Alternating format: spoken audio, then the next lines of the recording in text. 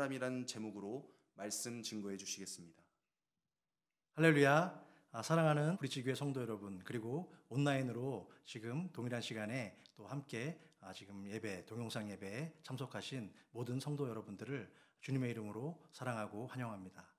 여러분, 지난 한 주간 동안 주 안에서 평안하게 지내셨습니까? 저는 지금 한 3주째 지금 이렇게 동영상 예배를 준비하고 말씀을 또 준비하면서 우리 성도님들과 함께 이곳에서 함께 예배드리고 함께 말씀을 나누고 또 기도하고 또 교제를 나누는 것이 얼마나 주 안에서 복되고 축복된 일인지 다시 한번 생각하게 되는 그러한 시간을 보내고 있습니다.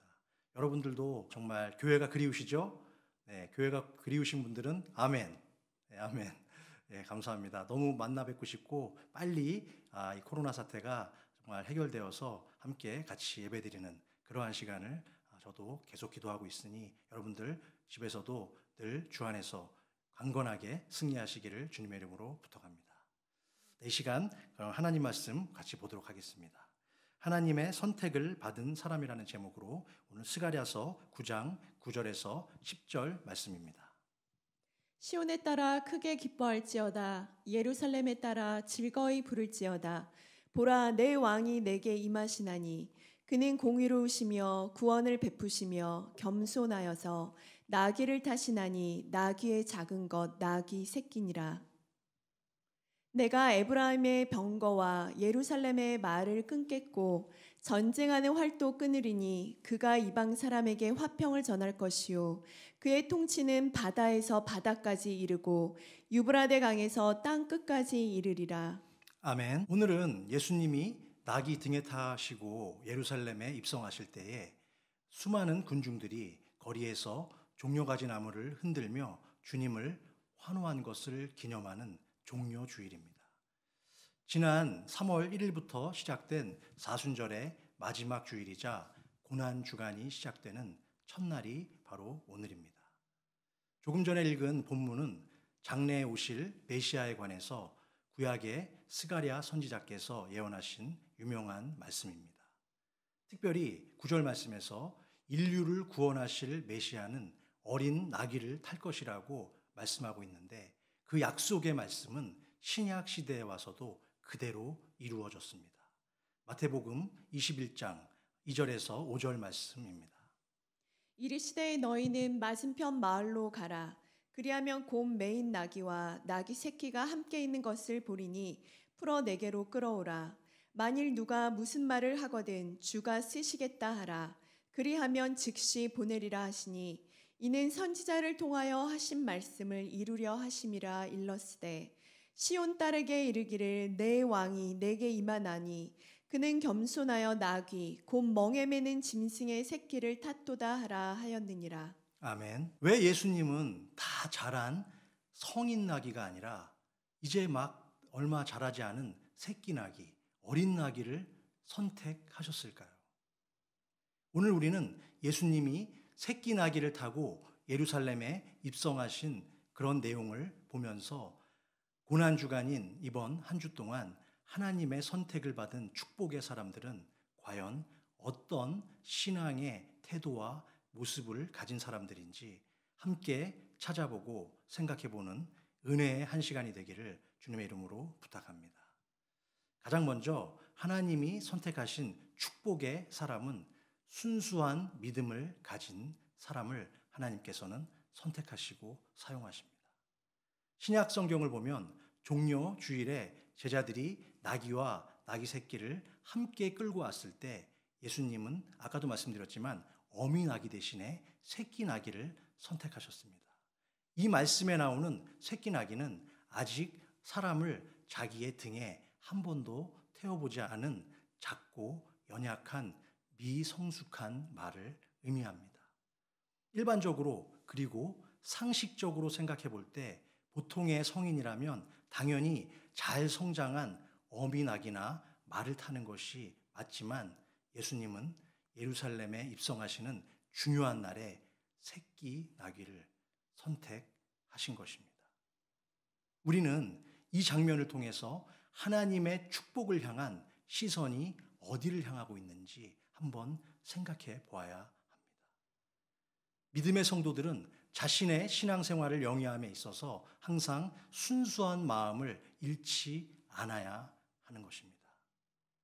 전능하신 하나님의 축복을 받기 위해서는 이 세상에서 요구하는 능력과 스펙도 물론 중요하지만 그것보다 더 중요한 하나님이 가장 원하시는 것은 진실하고 순수한 믿음을 하나님은 요구하신다는 것입니다.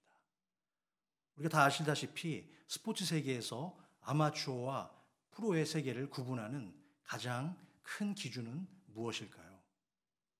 그것은 선수의 실력과 대중들에 대한 인기, 그리고 얼마나 많은 연봉을 그 선수가 받는가, 그것이 바로 판단의 근거 기준이 됩니다.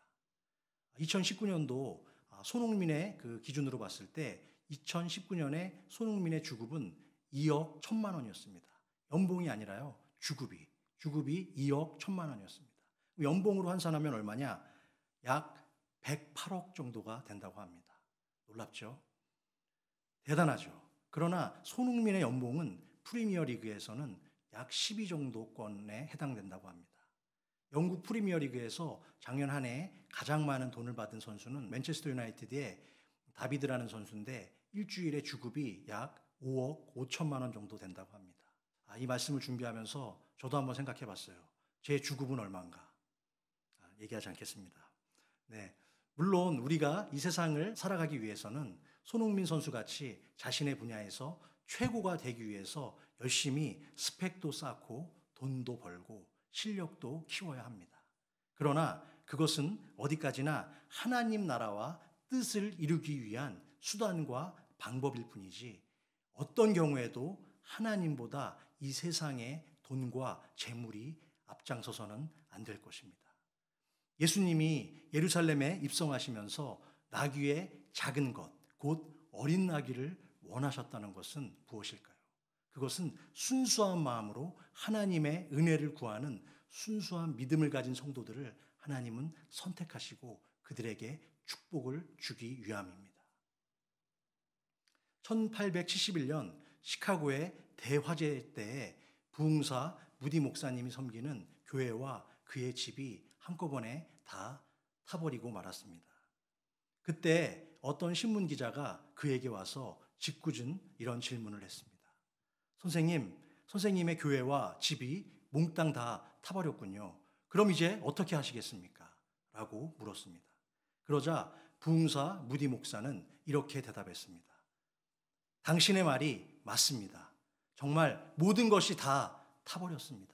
그러나 아직 타지 않은 것이 하나 남아 있습니다. 그것은 내 속에 있는 하나님은 아직 타지 않으셨습니다. 사실 우리는 오래전부터 지금의 교회보다 더 멋지고 더 아름다운 교회를 지어서 하나님께 봉헌하고자 하는 꿈이 있었습니다. 그런데 하나님께서 이번 화재를 통해서 우리의 꿈을 현실로 이루어가고 계심을 우리는 느낄 수 있습니다. 무디는 그의 믿음대로 모아진 헌금으로 그 자리에서 더 크고 아름다운 성전을 지어서 하나님께 봉헌하여 드렸습니다. 사랑하는 성도 여러분, 지금 전 세계는 이제까지 단 한 번도 경험해보지 못했던 큰 시험과 환난을 통해서 어려움과 두려움 그리고 위기에 직면해 있습니다. 이러한 위기와 두려움은 한 번도 우리가 경험해보지 못했던 정말 무서운 것들입니다. 그러나 그 어떤 시련 속에서도 절대로 낙심할 필요가 없습니다. 실망할 필요도 없습니다. 그것은 전능하신 하나님이 저와 여러분과 함께 하시기 때문인 줄로 믿습니다. 고난과 시련을 통해서 하나님은 우리 성도에게 순수하게 하나님 당신만을 의지하는 법을 가르쳐 주시는 줄을 믿으시기 바랍니다.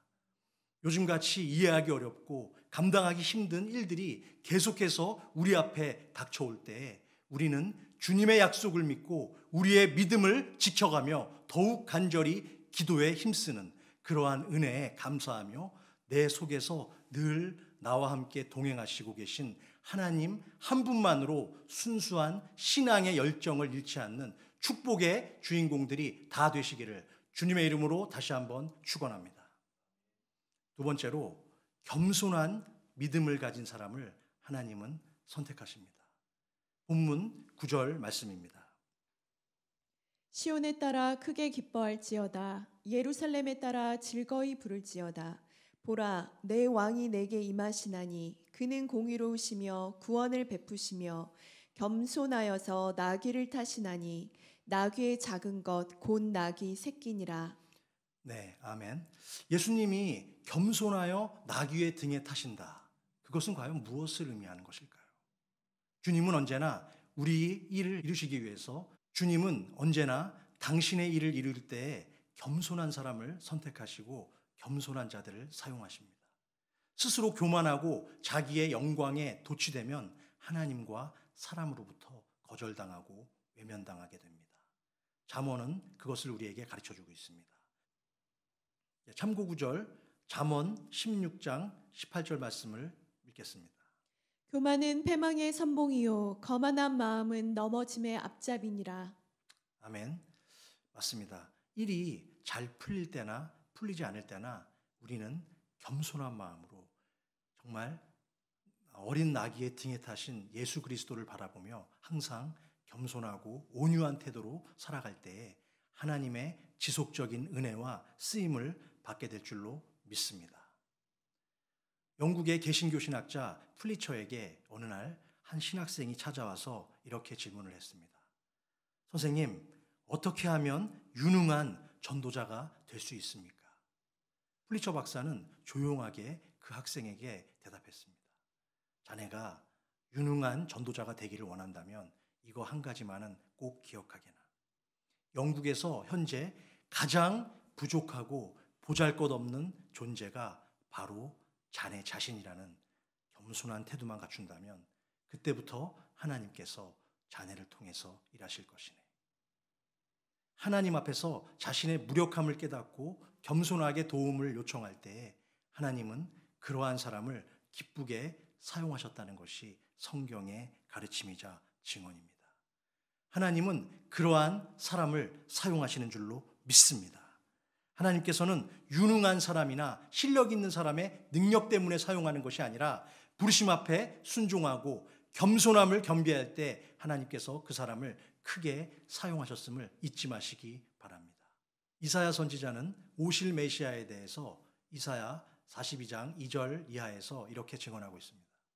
그는 외치지 아니하며 목소리를 높이지 아니하며 그 소리를 거리에 들리게 하지 아니하며. 아멘. 예수님은 이 예언의 말씀처럼 자신의 사역을 조용히 그리고 겸손하게 감당하셨기 때문에 수많은 정적들과 반대자들의 음모와 핍박과 공격 속에서도 큰 다툼과 논쟁 없이 묵묵히 주어진 당신의 사역을 감당하셨습니다. 그러므로 믿음의 성도들이 영적으로 가장 조심하고 주의해야 할 때는 언제일까요? 그것은 내가 한 일에 대해서 다른 사람들에게 영광과 칭송을 받을 때입니다. 항상 초심을 잃지 않고 자신에게 주어진 소명의 자리를 겸손하게 묵묵하게 예수 그리스도처럼 지켜나갈 때 하나님의 귀한 일꾼으로 선택받고 인생 가운데 큰 축복이 넘치게 될 줄로 믿으시기 바랍니다. 세 번째로 화평을 사랑하는 사람을 하나님께서는 선택하십니다. 본문 10절 전반부 말씀을 읽어보겠습니다. 내가 에브라임의 병거와 예루살렘의 말을 끊겠고 전쟁하는 활도 끊으리니 그가 이방 사람에게 화평을 전할 것이요. 아멘. 주님은 화평을 전하러 이 땅에 오셨기 때문에 화평을 사랑하고 추구하는 사람들을 사용하시게 되어 있습니다. 우리가 만나고 경험하는 모든 만남과 관계 속에서 화평을 추구하는 것은 그만큼 중요한 것입니다. 화평을 추구하면 당장은 내가 손해를 먼저 보는 것 같지만 나중에 시간이 지나고 나면 결코 그렇지 않다는 것을 우리는 알게 됩니다. 이 세상에서 성공하는 가장 위대한 비결은 무엇일까요?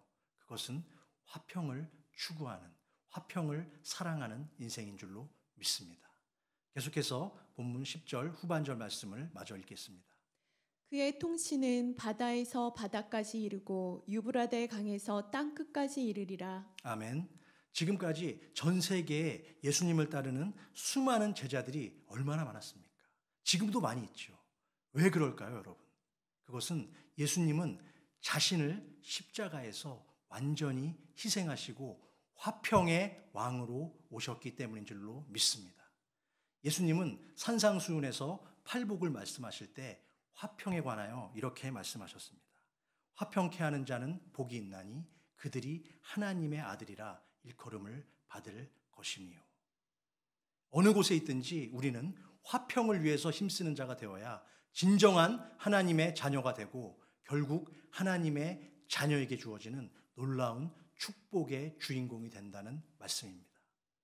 로마서 12장에서 바울은 주 안에서의 온전한 화평을 이루기 위한 몇 가지 구체적인 방법론에 대해서 또 실천론에 대해서 우리에게 잘 가르쳐주고 있습니다. 로마서 12장 14절에서 18절까지의 말씀 한번 한 목소리로 읽어보겠습니다. 너희를 박해하는 자를 축복하라. 축복하고 저주하지 말라. 즐거워하는 자들과 함께 즐거워하고 우는 자들과 함께 울라. 서로 마음을 같이하며 높은 데 마음을 두지 말고 도리어 낮은 데 처하며 스스로 지혜 있는 채 하지 말라.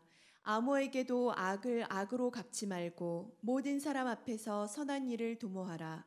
할 수 있거든 너희로서는 모든 사람과 더불어 화목하라. 아멘. 그렇습니다. 오늘 말씀처럼 정말 너를 박해하는 자를 위해서 축복하고 저주하지 말라. 처음부터 그냥 숨이 탁 막히죠, 여러분. 그렇죠? 나를 박해하는 자를 위해서 축복한다는 것은 정말 쉬운 일이 아닙니다. 그만큼 화평은 어려운 것입니다. 즐거워하는 자들과 함께 즐거워하고 우는 자들과 함께 울라고 하셨습니다. 지금 코로나로 전 세계, 특히 스페인과 이탈리아는 많은 사람들이 죽었습니다. 그리고 시신을 안치할 곳도 없어서 냉동차에다가 시신을 보관하는 그러한 사태까지 있다고 합니다. 정말 이런 때에 우리는 정말 서로 마음을 같이 하고 그 마음 가운데 그분들을 위해서 기도하는 중보의 기도자가 되어야 될 줄로 믿습니다. 이처럼 화평을 위해서 힘쓰는 사람이 바로 하나님의 진정한 은혜와 축복을 누리게 되는 것을 믿으시기 바랍니다. 네 번째로 충성과 헌신의 사람을 하나님께서는 선택하시고 축복하십니다. 나귀가 자신의 등 뒤에 주님을 태울 때 쓰임 받았던 것처럼 하나님의 선택을 받기 위해서는 우리 주님을 나의 등 뒤에 태워드릴 수 있는, 언제라도 태워드릴 수 있는 즉각적인 충성과 헌신의 자세가 요구됩니다. 우리가 믿음으로 헌신하면 주님은 반드시 그 헌신을 기억해 주시고 정확하고 꼭 필요한 타이밍에 가장 멋진 방법으로 우리의 수고를 보상해 주실 줄로 믿으시기 바랍니다. 오래전에 히말라야 산맥 정복에 나섰던 10명의 산악인들이 있었습니다. 그들은 이제 정복을 눈앞에 두고 기쁨과 환희 가운데 있었습니다. 그런데 갑작스런 기상악화로 인해서 눈사태가 벌어지게 되고 그들은 조난을 당하게 되었습니다. 날씨가 점점 잠잠해지고 구조대가 올 때까지 그들은 날마다 매서운 추위와 심한 굶주림과 함께 싸워야 했습니다. 결국 구조대가 도착했는데 그때까지 총 10명의 대원 중에서 4명만이 살아남았습니다. 그런데 죽은 6명의 대원 중에 5명은 독신이었고 1명은 결혼한 사람이었긴 했지만 자녀가 없었다고 합니다. 구조대가 찾아올 때 마지막까지 살아남았던 4명은 모두 자녀를 둔 결혼한 사람들이었다고 합니다. 확률적이긴 하지만 혼자서 살아가는 사람들에 비해서 돌아갈 가정이 있고 책임져야 할 가족이 있던 사람들이 독신들에 비해서 더 끈질기게 살아남았다라는 그러한 이야기를 하고 있는 것입니다. 내가 땀 흘리고 희생하고 헌신하는 사랑의 대상이 되는 가족이 그들의 삶의 의지를 꺾지 않고 끝까지 그들을 살렸다는 것입니다. 가장 큰 헌신과 희생을 십자가의 사랑으로 완성하신 예수님처럼 진정한 헌신의 의미를 아는 사람은 그 인생이 더욱 풍성해지고 더욱 튼튼해지는 것입니다. 반면에 자기 인생의 모든 가치 판단의 기준과 목표가 오직 세상적인 성공과 만족에 집착하면 집착할수록 그 영혼은 더욱 빈약해지고 쓸쓸해지게 되어 있습니다. 사랑하는 성도 여러분, 우리의 인생은 바다를 항해하는 작은 돛담배와도 같습니다. 배가 잘 순항하기 위해서는 숙련된 선장이 함께 동승해야 합니다. 중요한 것은 그 배 안에 주님을 우리의 선장으로 모시고 함께 떠날 마음의 준비가 되어 있는가입니다. 어느 날 예수님은 밤새도록 한 마리도 물고기를 잡지 못하고 있던 베드로의 빈 배에 찾아오셨습니다. 만일 그때 베드로가 자신의 낡고 작은 그 배를 주님께 오픈하지 않았다면 어떻게 되었을까요? 사도행전에 기록된 대로 수많은 사람을 낚는 전도자 베드로의 삶은 존재하지 않았을 것이고, 그는 아마도 고향 바닷가에서 자신의 남은 여생을 무명의 어부로 살다가 그렇게 생을 마쳤을 것입니다. 그러나 베드로는 그동안 자신의 모든 것이나 마찬가지였던 그 육신의 배를 주저없이 주님께 모두 내어드렸습니다. 그러자 자신의 영혼은 구원을 받았고 믿음의 세계에서 가장 복된 자로 기록되었습니다. 그처럼 우리의 인생에서 가장 중요한 것은 예수님께 굳게 닫힌 나의 마음의 문을 활짝 여는 것입니다. 현재 보여지는 내 모습이 아니라 나의 모습은 너무나 연약하고 부족하지만 그것은 주님이 보실 때 전혀 상관이 없는 것입니다. 주님은 다 큰 나귀를 찾은 것이 아니라 작은 나귀, 어린 나귀를 찾으셨다고 오늘 말씀하셨습니다. 예수님은 바로 그런 자를 찾고 계시는 줄로 믿습니다. 사랑하는 성도 여러분, 현재 여러분의 영혼의 배 위에 어떤 것들이 채워져 있습니까? 혹시 세상을 향한 나의 욕망과 이기심의 헛된 것들로 내 배가 채워져 있다면 오늘 이 시간 회개하시기 바랍니다. 그리고 정말 이번 한 주 동안에 있을 고난주간 동안 하나님 앞에 나와서 기도하시기 바랍니다. 그리고 하나님의 말씀 가운데 사시기 바랍니다. 이제라도 그동안 닫아버렸던 마음의 문을 활짝 여시고 예수 그리스도를 내 마음의 중심에 모시기를 주님의 이름으로 축원합니다. 그렇게 예수님을 영접했던 베드로의 빈 배는 가득 찼고 만선이 되었습니다. 그는 더 이상 물고기가 아닌 사람을 낚는 최고의 전도자로 다시 태어나는 새 역사와 기적을 경험했던 것입니다. 그 이전까지 베드로는 아무런 영향력이 없는 그러한 평범한 인물이었지만 자신의 배에 예수 그리스도를 모시자 그때부터 그의 인생은 모든 것이 달라지기 시작했습니다. 그러므로 여러분 이렇게 기도하시기 바랍니다. 저를 한번 따라해서 읽어주시기 바랍니다. 주님, 내 인생의 배를 당신께 드리오니 받아 주시옵소서. 그리고 저희 가정과 우리 교회도 받아 주시옵소서. 아멘. 더 이상 인생의 빈배로 인해서 너무 고민하고 실망하지 마시기 바랍니다. 영혼의 빈배는 예수님을 만날 수 있는 절호의 찬스이자 기회인 줄로 믿으시기 바랍니다.